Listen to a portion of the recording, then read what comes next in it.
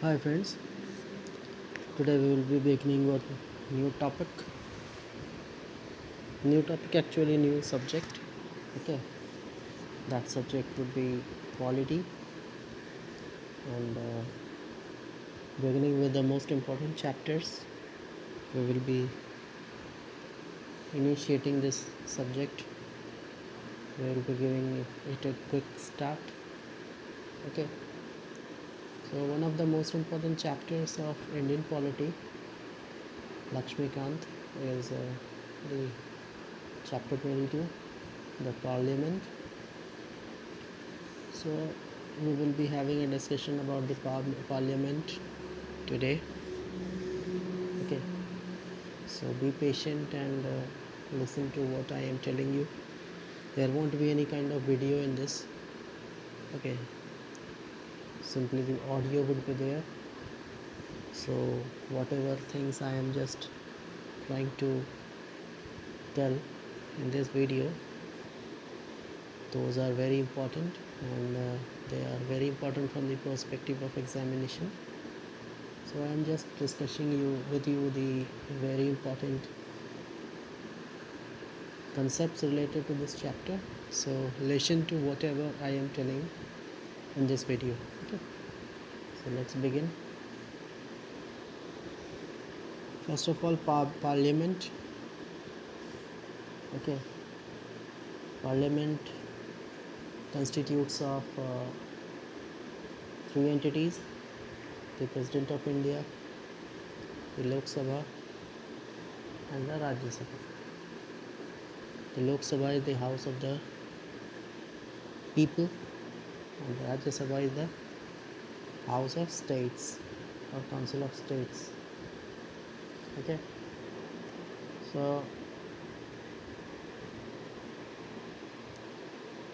the president is a part of the parliament, so he is not the actual head, he is the nominal head of the country. Okay, but even then we are including him into the important entity of parliament, since most of the important decisions are being taken place in the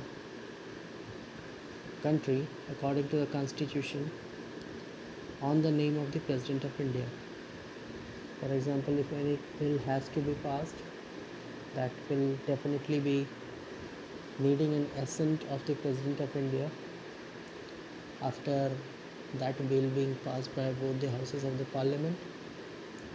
Okay, so these kinds of special features of the President of India enable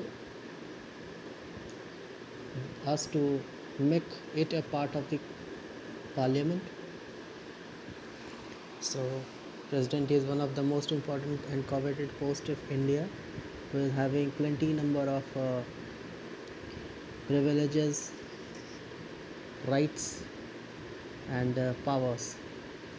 Okay, apart from the two houses of the parliament, where the members are being directly or indirectly being elected, so that they can frame laws, good laws for the country, for the betterment of the country.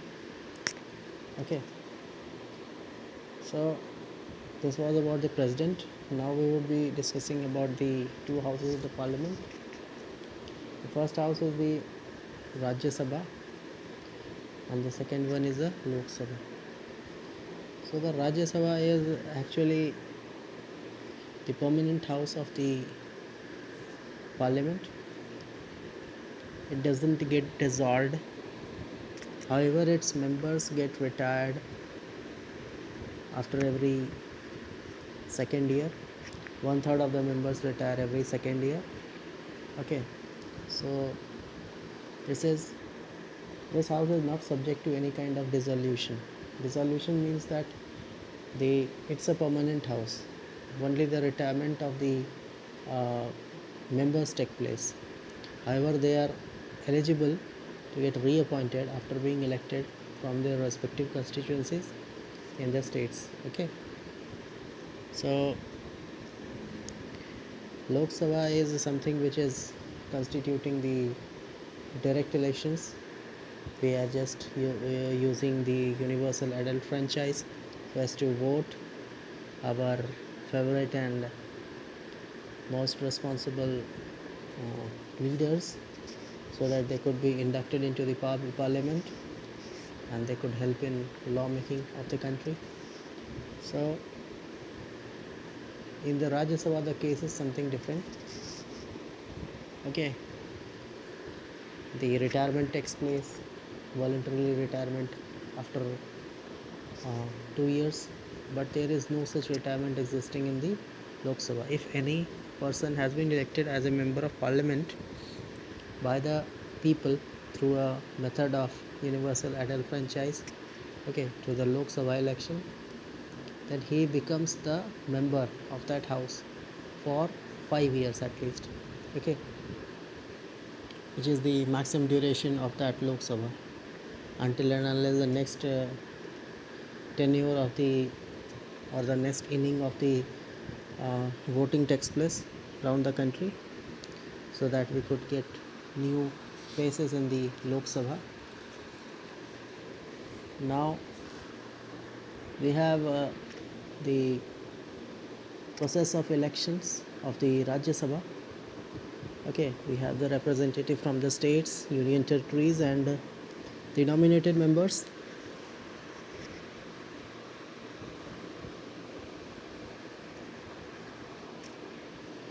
The representatives of the states in the Rajya Sabha are elected by the elected members of the state legislative assemblies. Okay, from the respective states we have different quotas.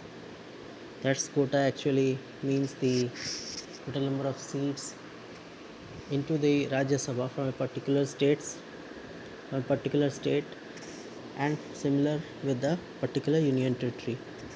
However, in the union territory the members of Rajya Sabha are being indirectly elected by an electoral college specifically constituted for this purpose.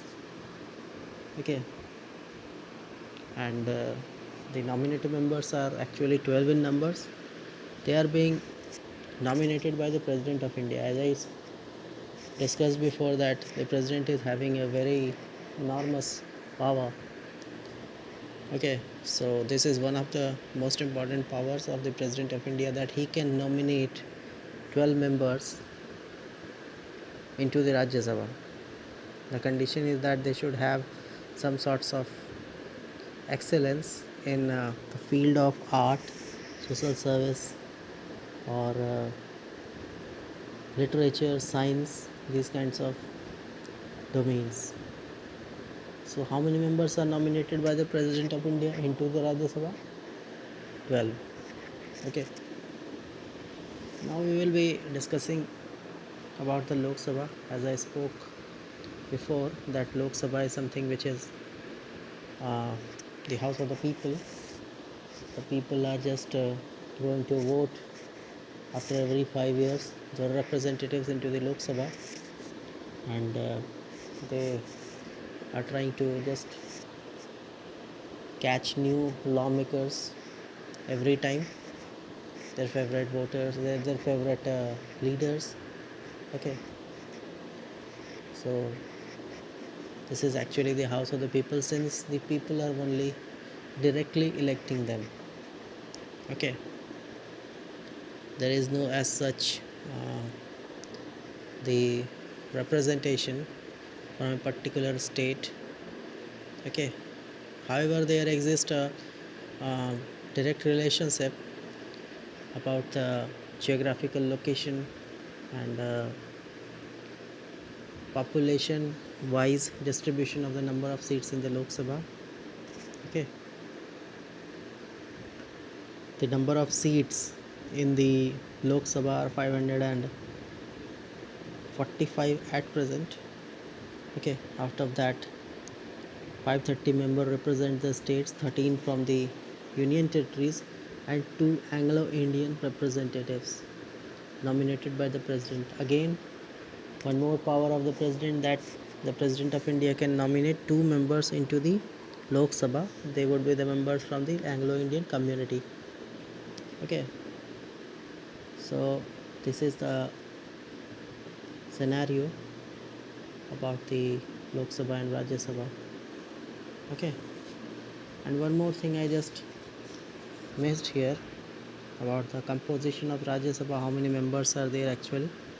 There are 245 members. Out of that, 229 members are representing the states, 4 members from union territories, and 2 members from the nomination made by the president.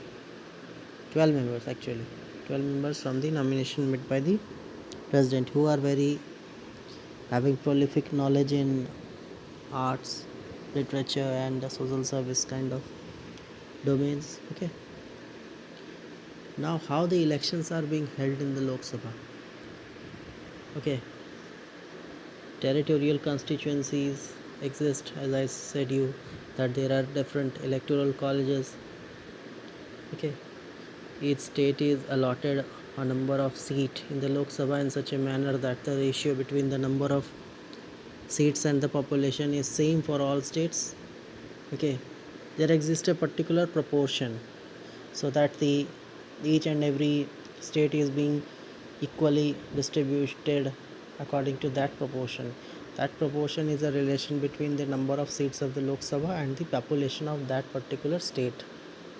Okay, according to the ratio, this distribution is made in every state so as to maintain a kind of uniformity according to the total number of inhabitants of that state, the population of that state, the number of seats are being divided. For example, Uttar Pradesh is a big state and we have a plenty number of people living over there, so it would be having a definitely a large number of members to be inducted into the Lok Sabha, precisely the total number of seats in the Lok Sabha.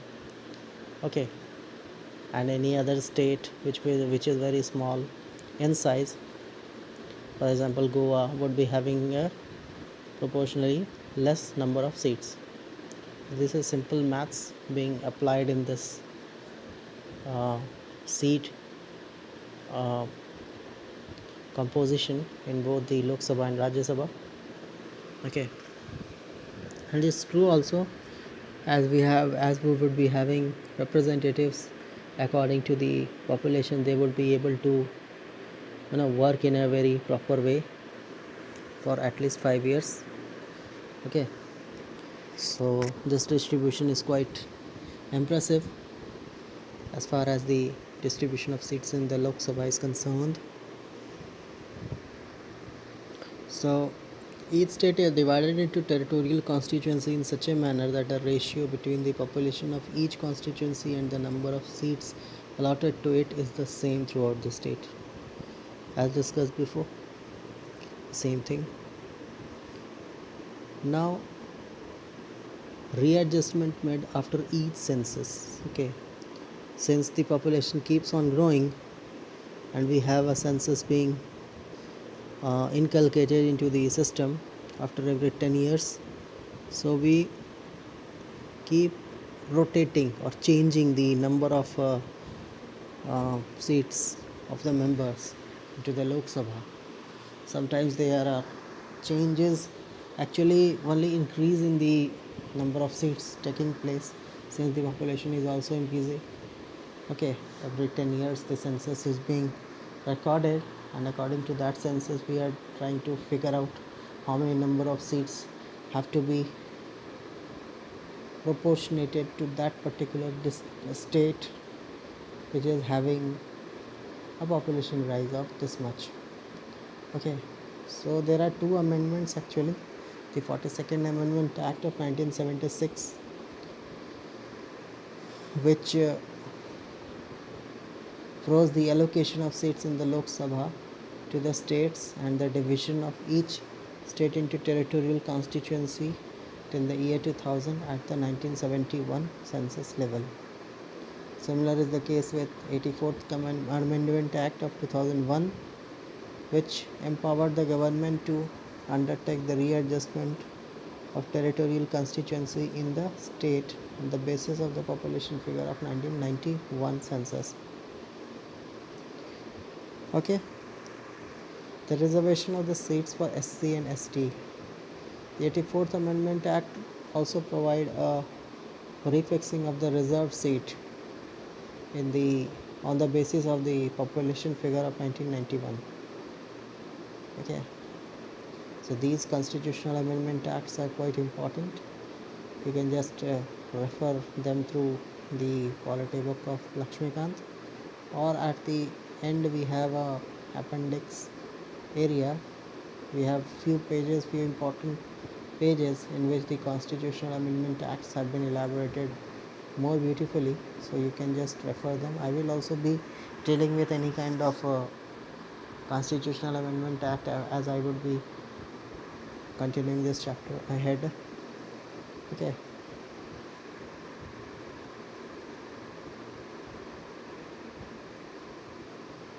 now the proportional representation has not been adopted. This is a topic. Proportional representation had not been adopted actually in the Lok Sabha. Okay, the proportional representation uh, actually represents the total number of seats for a particular state. Okay, proportional representation actually is meant in the Rajya Sabha case. It has not been systematized in the Lok Sabhas. Okay, so every member of the legislature represents a geographical area known as a constituency in the Lok Sabha. Okay, for each constituency only one representative is elected, and such constituency is known as a single member constituency. The candidate who secures the majority of votes is elected, definitely. The simple majority system is represented and is not actually representing the whole electorate.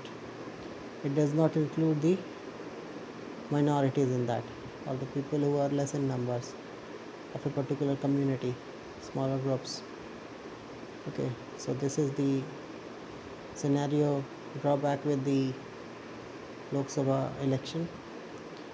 Okay, proportional representation has not been adopted. Instead of that, single electoral vote constitutes the Lok Sabha. Okay, the system of proportional representation aims at removing the effects of territorial representation. All the sections of people get represented in proportion to their number. The smallest section of people gets it's due to the share of representation in the legislature. Proportional representation and territorial representation. Territorial representation mostly followed in the Lok Sabha, and proportional mostly followed in the Rajya Sabha. Territorial representation actually has a characteristic feature that a particular geographical area is having a uh, electoral college in which the members are being elected for being inducted into the Lok Sabha by the universal adult franchise by the people. Okay, by a single transferable vote. That's actually the direct elections. Okay,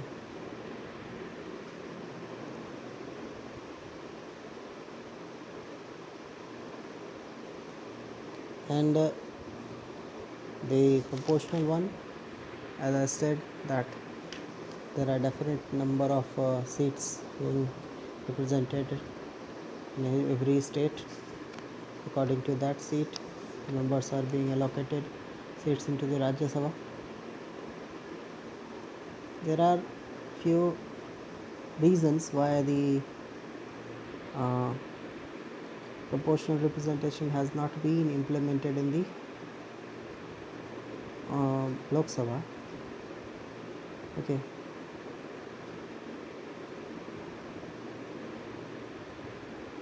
this would be having an instability in the government which has been elected by the people, since everybody would be framing its own political party, and this may create political imbalance in the entire political system. Every time anarchy would be there, and every time everyone will be having a race competition that yeah, I would be uh, the member of the Lok Sabha and I will be the Prime Minister and I will be the leader of the lower house, that's the Lok Sabha. So this clause has been removed, that's why, so as to bring stability in the parliamentary system. And the next reason for that is difficulty for the voters to understand the system, since we don't have that much literate population. So if these kinds of uh, mixing and messing would have been done at that point of time, then there could have been a misunderstanding about the people and they could have not turned up to vote their proper or eligible electoral leaders.